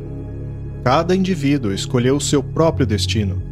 Foi somente após a decisão de cada um que a porta foi fechada e a execução do julgamento teve início com a queda da chuva. Choveu por 40 dias, e a Bíblia diz que todas as fontes do abismo, fontes no plural mesmo, todas elas estouraram, ou seja, foi um evento catastrófico. E quando essas fontes explodiram, tudo jorrou para cima, o que causou uma fissura na crosta da terra. E aquela água cheia de pressão, com aquelas bilhões de toneladas de rocha sobre elas, simplesmente estouraram e explodiram para a atmosfera a quilômetros de altura. Temos aí uma fonte para a chuva, como não podemos nem sequer imaginar hoje. Houve uma gigantesca erosão, conforme esta água, sob grande pressão e velocidade, jorrava para fora desse penhasco, onde, por exemplo, hoje, temos a região do meio Atlântico, onde há essa fissura enorme ao longo da Terra. Ela pode muito bem ter sido a rachadura de onde jorrou toda aquela água. Eu acho que nós ficaríamos apavorados se pudéssemos ver o que aconteceu ambientalmente no mundo durante o dilúvio. Imagine só como deve ter sido estar fora da arca e ter que encarar o juízo divino. Esse juízo, no contexto de Apocalipse 14, versos 6 e 7, deveria conduzir as pessoas de volta ao Criador, aquele que fez os céus, a terra e o mar. Mas o que é diferente em relação a Apocalipse 14 é que lá também menciona as fontes das águas. E isso pode somente apontar para o dilúvio. No ano 600 da vida de Noé, no mês segundo, aos 17 dias do mês, naquele mesmo dia se romperam todas as fontes do grande abismo, e as janelas do céu se abriram. É aí que vemos essa ideia das fontes das águas, das profundezas do abismo se abrindo, e de Deus executando seu juízo sobre o mundo por meio da água. A menção da primeira mensagem angélica para adorarmos aquele que fez as fontes das águas é uma referência àquelas águas que inundaram a terra. Depois que a primeira mensagem angélica anunciou que a hora do seu juízo chegou, somos lembrados que Deus julgará a terra novamente, assim como nos dias de Noé. A execução daquele juízo veio na forma de um dilúvio global, mas no tempo do fim, ele virá na forma das 7 últimas pragas. Nos dias de Noé, foi o dilúvio que destruiu o mundo. Mas no fim dos tempos, essa destruição será causada pelas 7 últimas pragas. A segunda mensagem angélica direciona esta advertência ao povo de Deus que ainda está nas igrejas apóstatas, dizendo: sai dela, povo meu, para que não participem de seus pecados e para que não recebam as suas pragas. Hoje Deus pode ter um povo espalhado em muitas igrejas, mas eles precisam sair delas, pois quem ficar em Babilônia receberá as pragas. Isso é claro.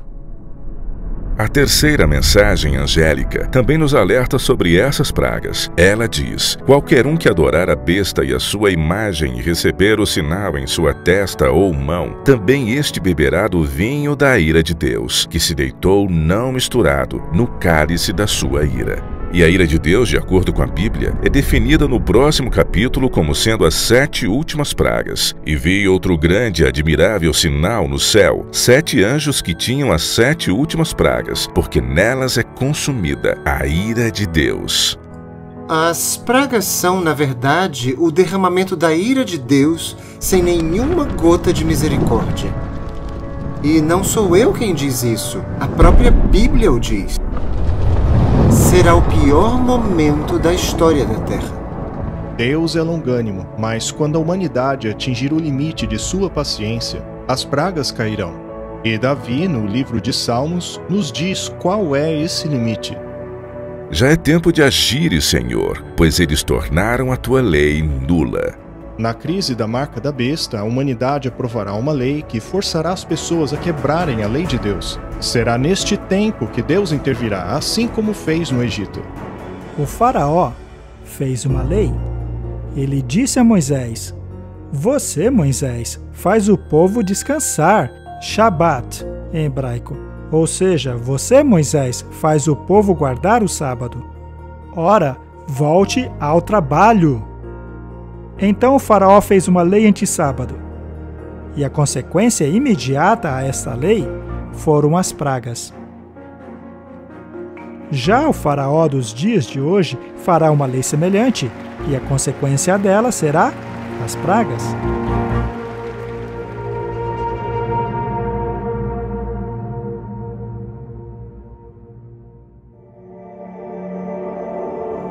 A graça terminou. Todo mundo tomou a sua decisão.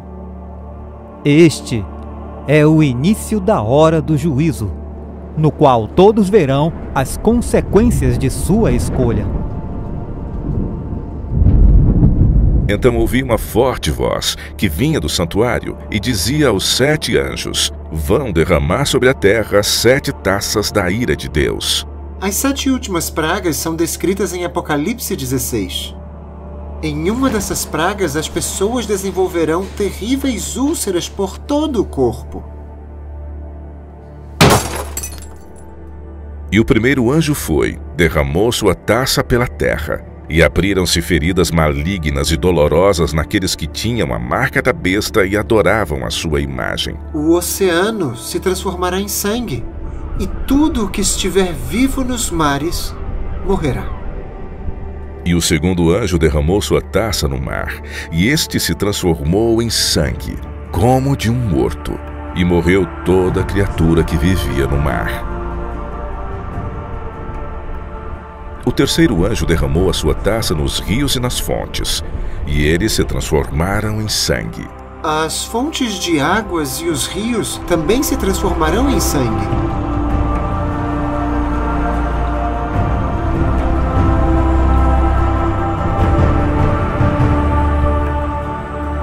O sol abrasará toda a vegetação com um incrível calor. E o quarto anjo derramou a sua taça no sol, e foi dado poder ao sol para queimar os homens com fogo, e estes foram queimados pelo forte calor e amaldiçoaram o nome de Deus, que tem domínio sobre essas pragas. Contudo, se recusaram a arrepender-se e glorificá-lo.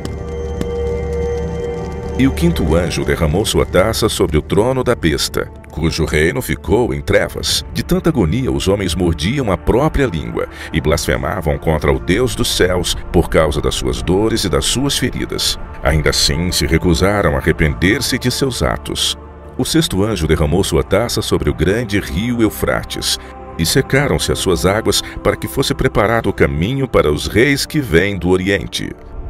Na sexta praga, o secamento do rio Eufrates significa que as multidões tirarão o seu apoio dos líderes religiosos.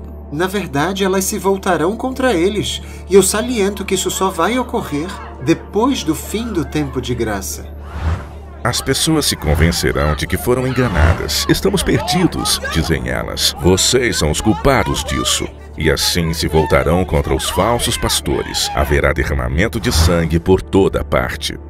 As pessoas estarão vivas quando acabar o tempo de graça. As pragas cairão sobre elas. E isso vai acontecer antes que Jesus retorne nas nuvens do céu. Sabemos que Jesus ainda não terá voltado logo após o envio da sexta praga, porque entre a sexta e a sétima praga ele diz: eis que venho como um ladrão. E o sétimo anjo derramou sua taça no ar, e do santuário saiu uma forte voz que vinha do trono dizendo: está feito. Houve relâmpagos, vozes, trovões e um forte terremoto. Nunca havia ocorrido um terremoto tão forte como esse desde que existe homem sobre a terra. E caíram sobre os homens vindas do céu pedras enormes de granizo, de cerca de 35 quilos cada. E eles blasfemaram contra Deus por causa do granizo, pois a praga era muito terrível.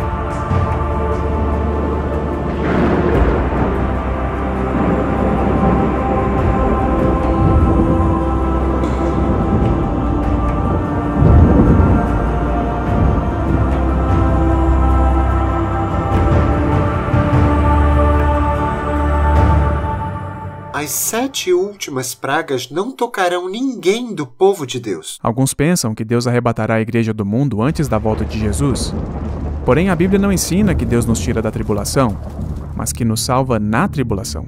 O povo de Deus será protegido, assim como o povo de Israel foi protegido no Egito. Deus não retirou Israel do Egito antigo antes das pragas caírem, mas ele os protegeu durante as pragas. Uma vez que isto é uma tipologia, o mesmo deve acontecer no tempo do fim. O povo de Deus estará aqui quando as pragas caírem. Todos eles possuem um selo de Deus em suas testas. Assim, quando as pragas caírem, eles ficarão de pé. Eles passarão por meio das pragas. Deus os salvará em meio às pragas, assim como salvou Noé e sua família que estavam selados em meio ao dilúvio. Assim vemos um paralelismo entre Gênesis e Apocalipse. Será o pior momento na história do mundo. Será um momento em que somente a proteção divina guardará o seu povo. Este há de triunfar em meio a este período. O Salmo 91 será um conforto durante esse tempo. 1000 cairão ao teu lado e 10.000 à tua direita, mas tu não serás atingido. Somente com os teus olhos contemplarás e verás a recompensa dos ímpios, porque tu, ó Senhor, és o meu refúgio. No Altíssimo fizeste a tua habitação. Nenhum mal te sucederá, nem praga alguma chegará à sua tenda, porque aos seus anjos dará ordem ao teu respeito, para te guardarem em todos os teus caminhos. Eles te sustentarão nas suas mãos, para que não tropeces com teu pé em pedra. Eles terão desenvolvido um caráter refinado por meio de um íntimo relacionamento com Cristo. E como resultado disso, Cristo colocará seu selo sobre eles, para sustentá-los no tempo de angústia. E também para revelar aos anjos quem terá sua proteção neste tempo de prova. A arca foi o meio utilizado por Deus para cumprir a promessa de sua aliança e mostrar misericórdia a Noé. Assim, a arca do tempo do fim será o meio pelo qual Deus cumprirá a sua promessa de mostrar misericórdia àqueles que aceitaram fazer parte de sua aliança eterna. E é somente através do sangue de Jesus que fazemos parte dela. Deus comissionará os seus santos anjos para protegerem aqueles que entraram em sua aliança. Estes terão a proteção divina durante as pragas. Este será o último derramamento da fúria divina sobre o mundo que tem rejeitado sua misericórdia, rejeitado sua lei e a sua justiça. E ao rejeitar a misericórdia de Deus, o que mais você pode fazer quando você diz, eu não preciso perdão para isso?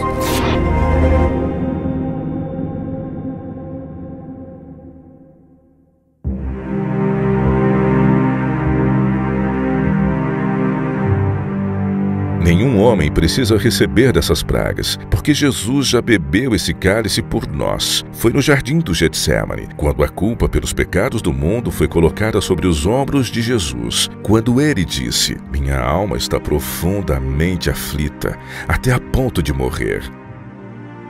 Então, após dar alguns passos, ele cai no chão e ora, ó meu Pai, se possível, passa de mim esse cálice. Contudo, não seja feita a minha vontade, mas a sua. O cálice desta ira e a separação de seu Pai por nossa causa quebrou o coração do Filho de Deus. E por ter sofrido a ira de Deus em nosso lugar, a Bíblia diz, nós seremos salvos da ira por meio dele. Porque Deus não nos destinou para a ira, mas para recebermos a salvação por meio de nosso Senhor Jesus Cristo. O mundo zombou e ridicularizou a mensagem de Noé, mas isso tudo cessou com a chegada da chuva. Quando as pragas começarem a cair, as pessoas entenderão que rejeitaram a verdade. Então agora é a hora de dar ouvidos e de se preparar.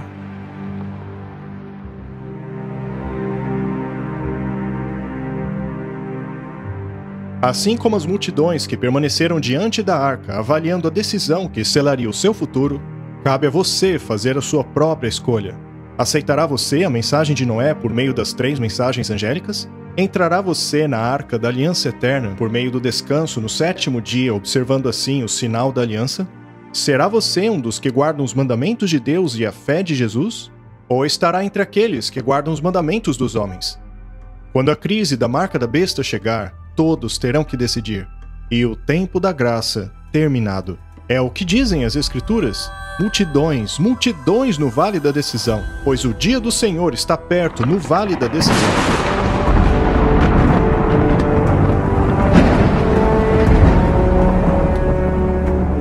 O próximo evento após a 7ª praga é a bendita esperança, a gloriosa vinda do nosso Deus e Salvador Jesus Cristo. Por séculos os cristãos têm falado nela, têm sonhado e aguardado ansiosamente pelo dia em que verão face a face aquele que morreu para redimi-los. Mas e você? Você estará pronto para encontrá-lo?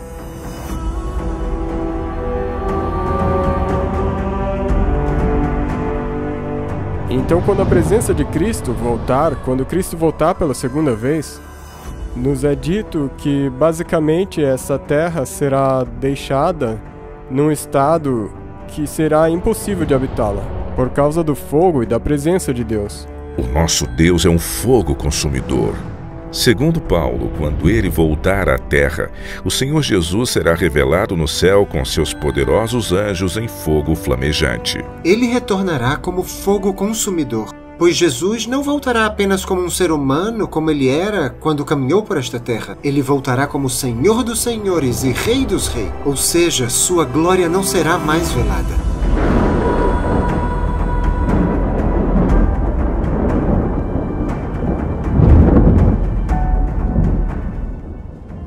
Impressionado com a visão da volta de Jesus, Isaías escreveu: Quem de nós habitará com o fogo devorador? Quem de nós habitará com a chama eterna? Esta é uma pergunta que todos devemos responder enquanto nos preparamos para o fogo consumidor da presença de Jesus. Mas após Isaías perguntar quem pode habitar entre o fogo consumidor, ele mesmo responde sua pergunta dizendo: aquele que anda retamente. Só os justos permanecem na presença de Deus. A mensagem de Noé, que deveria preparar um povo para o julgamento do mundo pela água, é a mesma mensagem que deve preparar um povo para o julgamento do mundo por meio do fogo, uma vez que Noé foi um pregador da justiça.